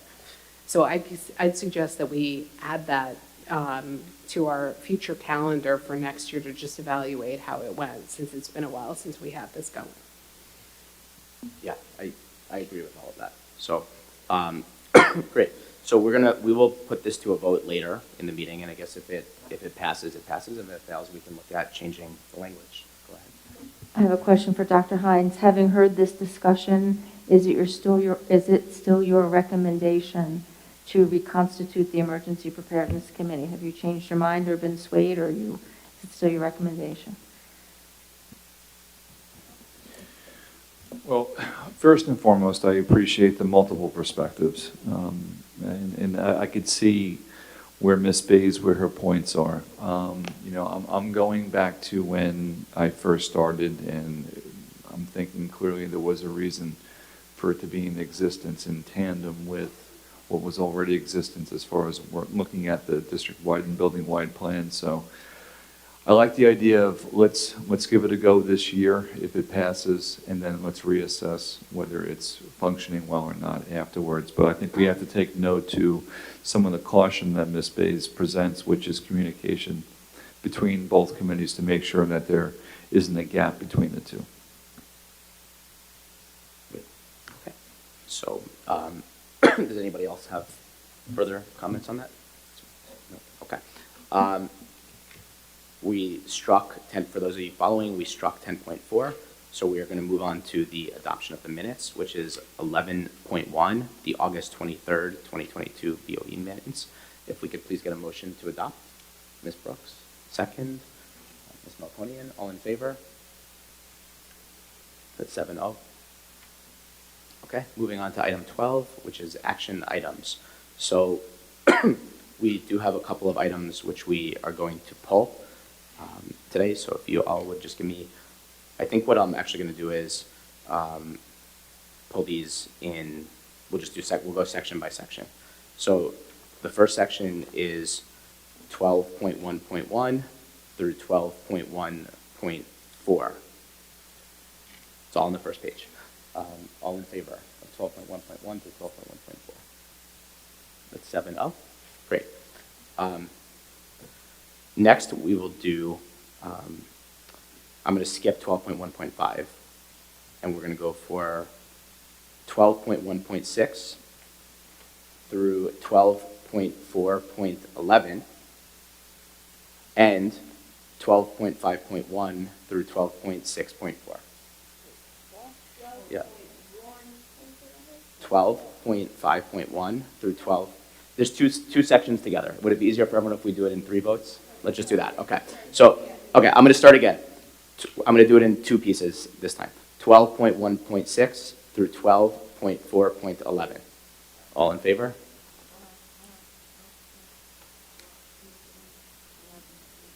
Okay. All in favor?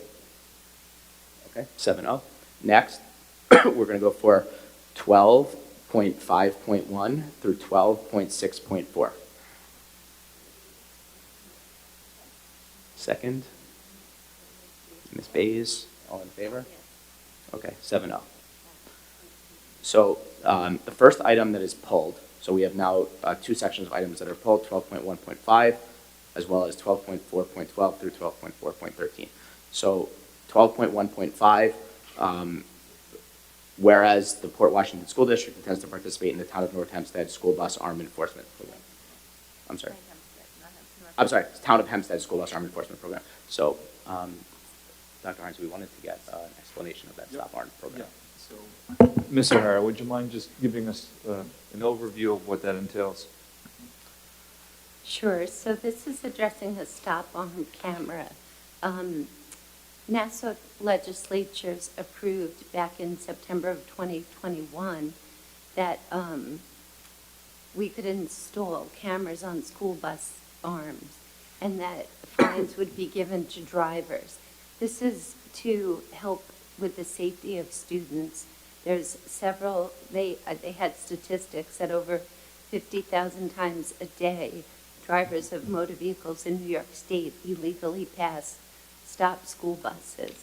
So this is an effort for the county to actually send out warnings. First, it would be warnings to drivers who pass stop school buses, and then there would be a fine of between $250 to $300 for each violation.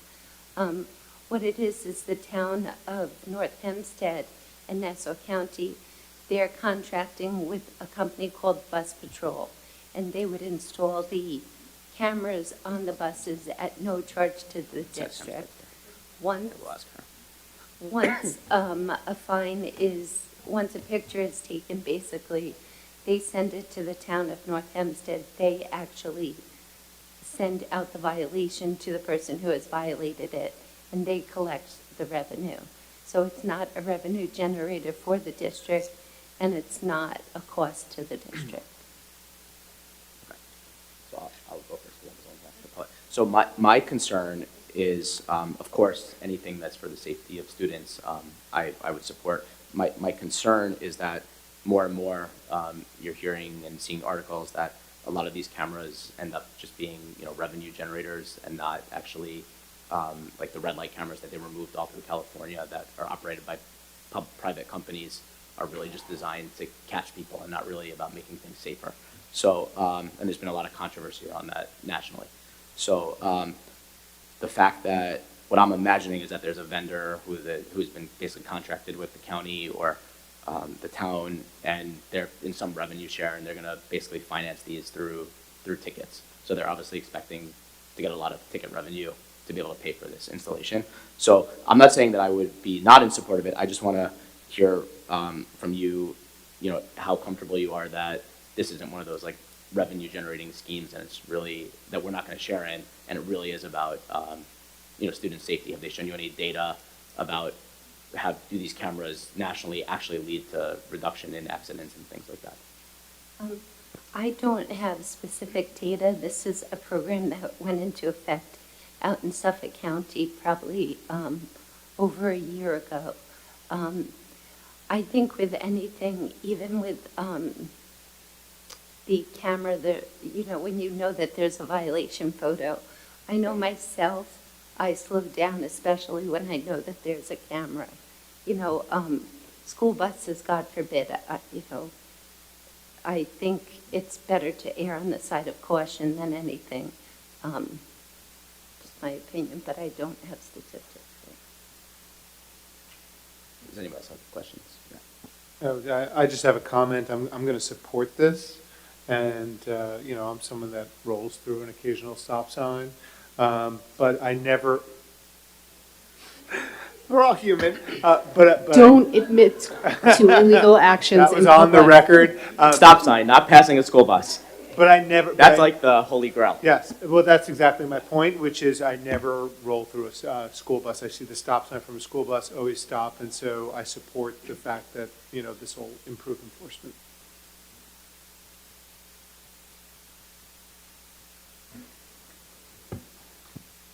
No, I have no objection to this, and I think, especially if it does, as Ms. O'Hara said, if it could bring a couple of people to know that there's a camera and to stop where they may have not, I think there's nothing really that we lose. It does not cost us, the school district, anything, right? The town is going to be paying to put the cameras in. So as far as there is nothing, it goes, I'm good with it. I do want to ask though, is this correct? It says Town of Hempstead, and I think it's supposed to be Town of North Hempstead. That's my, right? so I was going to ask that before we vote on it. Because I think it's written up, it's just a typo. Yes, it should be Town Okay. of North Hempstead. I had taken for granted on the agenda that it was meant to be Hempstead.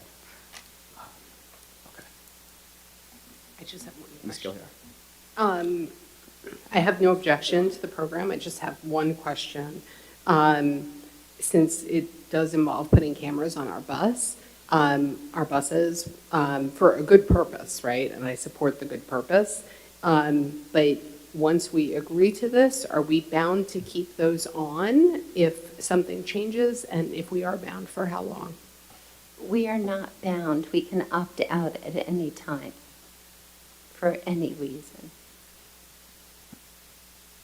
I mean, it seems low risk to me then, and potentially a very good increase in safety for our students. So I was going to ask that question, and I know you said this, but I just want to be sure that there's no possibility that the district has any financial responsibility or financial liability with these arms. And also, the camera, are our buses out of commission for any period of time while the cameras are being installed, or if there's a malfunction with the camera, do our buses get pulled out of service to fix that? Are there any logistical issues involved? No, they'll actually work with our contractor Pierce and the school district to put the cameras on, probably on a weekend or something. And also the camera is not actually on the arm that comes out. It's just activated when the arm is activated. The camera's usually on the side of the bus where the little stop sign is, kind of behind it. And I have one other question. I hope people know that they're supposed to stop for a school bus, especially when that arm goes out, right? But is there any notice, does the law require the school district to give the community any notice? Because when you approach a school, it says, school speed limit reduced at a certain time. Is there any responsibility on the school district to put out, I don't know, a notification, a newsletter, or the newspaper, or whatever, to say that we have these things on these buses, on the buses? Actually, the town is going to be doing a campaign, like a public service campaign. For the first 6 months, people will just receive a warning, and then after that, they'll be getting an actual fine. Great. Anybody else have any questions? Okay. So we'll put this up for a vote. So we're going to go for item 12.1.5, a motion I'm going to make. Anybody for a second? Yeah, I'm sorry. So it's changed to add after the word of in town of, we will add north. So town of North Hempstead. Second, Ms. Bays, all in favor? She says it is, yeah. Okay, so that's 7 up. All approves. Okay. Next, this is not a discussion item. We're just going to put this to a vote. Items 12.4.12 through 12.4.13. I'm going to make a motion. Can I get a second? Ms. Bays, all in favor? So all opposed?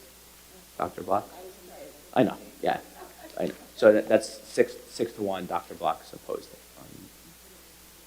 I'm sorry. Okay. Okay. Yeah. I was expecting you to raise your hand, so I didn't even look. Yeah. Okay, great. So that is the completion of the consent agenda. Just going to move my page to the next items. Okay. Okay. So I'm going to make a motion for item 13.1, which is the 13.1.1, which is the resolution for the Emergency Preparedness Committee. Is there a resolution? There is. It's written there. In point 1. Point 1. Yep.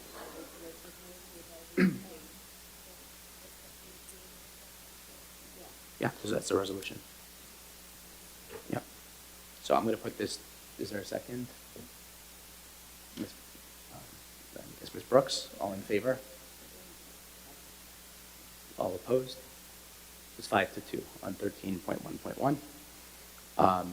13.2.1,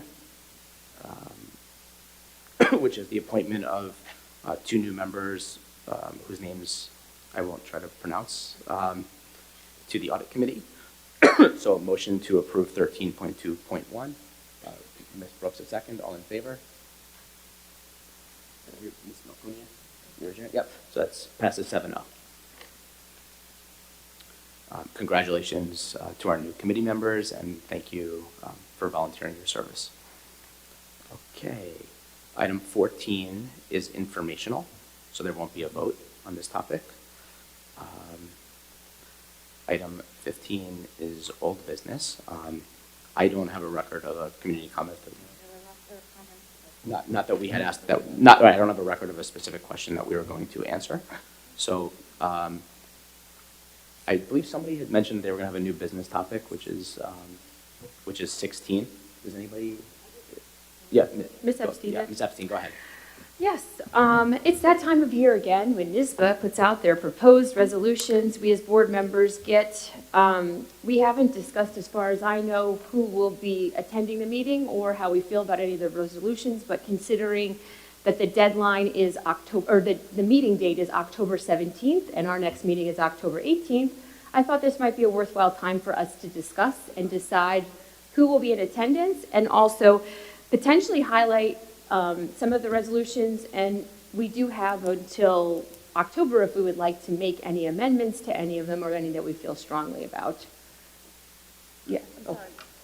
It just reminded me also, I don't know if, have you appointed the legislative liaison? Because I had forwarded you an email that I received that they had me down as the legislative Yes, liaison. Have you spoken to them? it's in process, right? Okay, because Yeah, that yeah, is kind of we got connected. it. We appreciate it. Thank you. Okay. Which might be why we didn't get that email from them.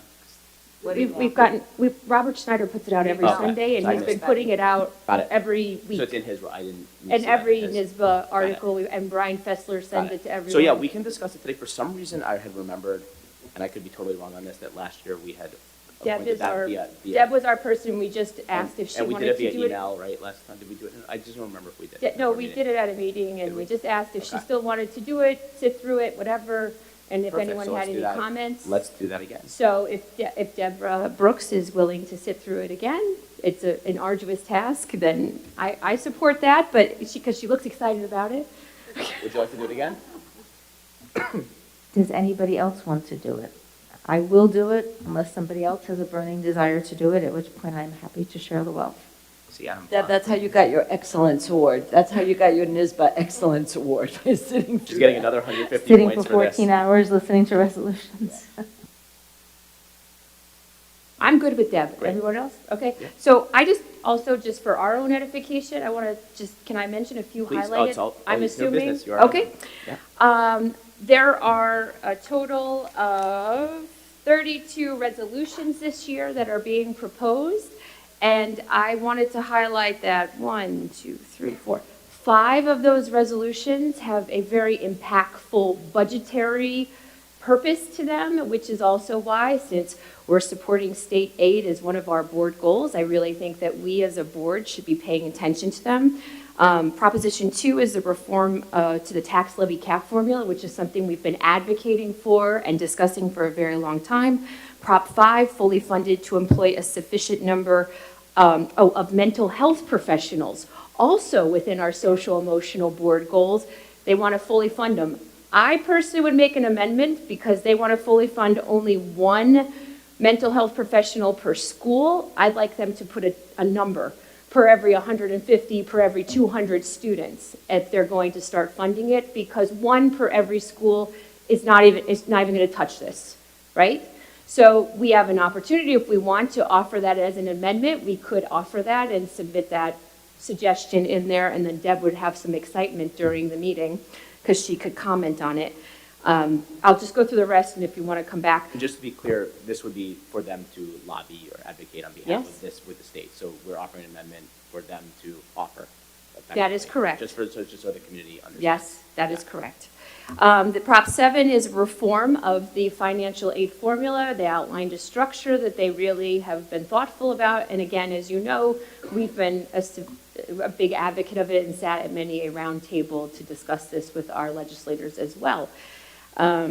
Also to Prop 25, that the school district to be a necessary party to pilots agreements, which I think Kathy would get excited about, because it would help us to better forecast and financially plan when we are going to get funding and if we are going to get funding for pilots, which sometimes we don't always know those amounts. Is that correct? And if we're going to be part of it. So again, from a budgetary standpoint, those things are all very exciting. There were Proposition 9 has a topic of safety, as well as Proposition 23, where Proposition 9 is a mandatory prerequisite for licensed security guards to receive part of their training and be specifically credentialed. So even though that does put more of a burden on the hiring of them, they are going through extensive training, and this would be right in line with everything that we've been discussing. In addition, they have, in Proposition 23 is a combined one, safety and budget, with dedicated funding to be allocated for school safety measures, including staffing. What I see from a lot of these propositions is a lot that Port Washington has been advocating for. We have a number of unfunded mandates: mental health, and safety being the top two. And this year, they are being brought to the forefront again. And I think that whatever we can do to put ourselves at every table, to do that, to advocate for those things, I think that that would be beneficial for many reasons. In addition to that, I just want to say there was enhanced support for cybersecurity threats. What they're asking for in that is to start talking to school districts and make sure that school districts sit at the table and help make the decisions instead of the legislature, have the experts make the decision. I personally feel that we should keep a watchful eye if that does go through, because I always like to have Port Washington at the table to offer their opinions. It only helps us in the future. So that's my really quick and, Proposition 29, support the funding to expand New York State and industry-approved and certified CTE programs. It goes along a line with our Portrait of a Graduate and everything that we did last year, and it would be wonderful if they could fund more and just expand that as well. So I really was very excited to read this year's proposed resolutions because I found them very much in alignment with our board goals and our strategic plan moving forward, and hopefully some great funding opportunities. So hopefully it comes to fruition and we as a board will advocate. Ms. Brooks. Thank you very much for that, Ms. Epstein. So many of these resolutions are taken by school boards that are members of the New York State School Boards Association. They're compiled into this resolutions booklet, and many of these we see year after year after year, because the purpose of the resolutions is to have the member school boards tell the umbrella organization, the New York State School Boards Association, what they want the umbrella organization to advocate for, I guess as a quasi-lobby entity with our state legislators. So we see repeatedly funding on here. We see repeatedly pleas for the foundation aid formula to be changed, repeated requests on behalf of the New York State School Boards Association to press the legislators to reconsider the tax cap, especially now that we have inflation. It's going to be really interesting. Nail biting, I think, this year. So I'm happy to see a lot of these resolutions still on the table, because it means that the member school boards are continuing to recognize that we need to lobby through NISBA to our state legislators, because not everybody has a legislative task force. So I'm happy to represent the district, and I would ask if any other board members have any concerns or additions, just to let me know. And I will do my best to represent appropriately at the meeting.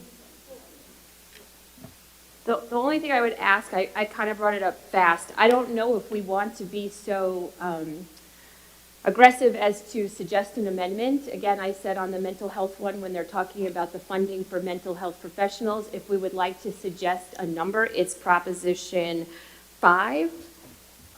Or if we just want to go with it this year and just continue to advocate. I don't know how much of a change it will make, but again, we have the opportunity to be an active participant, and I'm questioning if the board would like to take such action.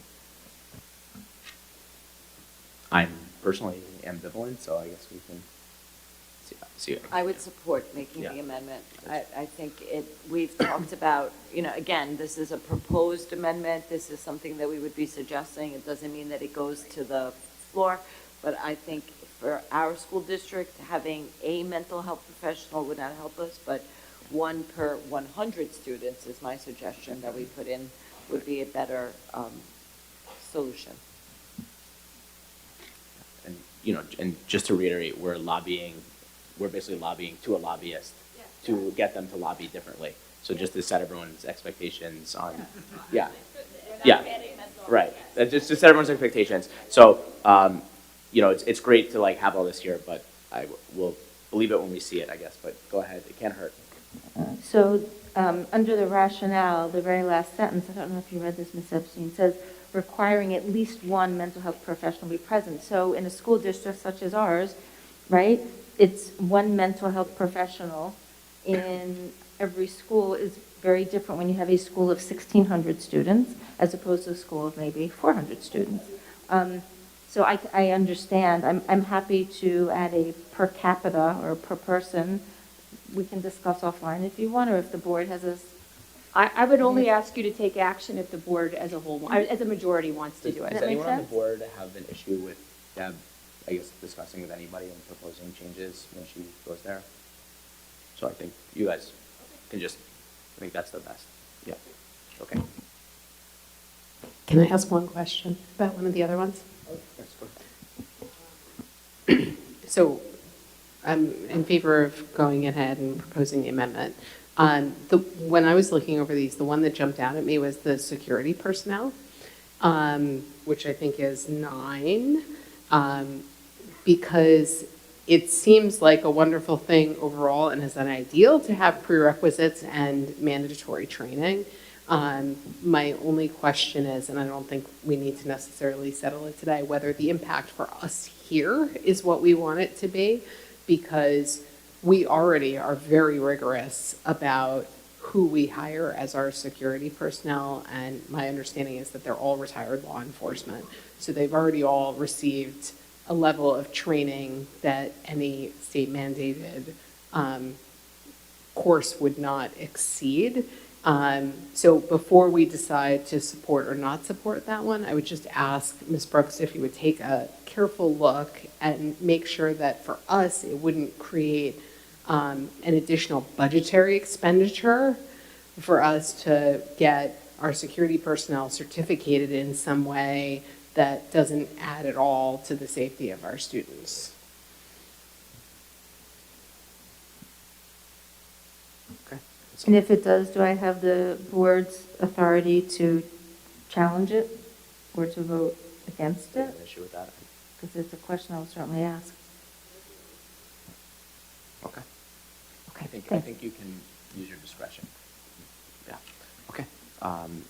So we will go to item 17, which is opportunity for community to be heard. So we're going to go back to the same procedures if there's any more community comments.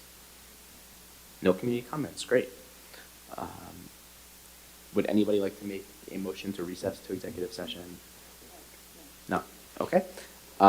So 19.1, adjournment, motion to adjourn.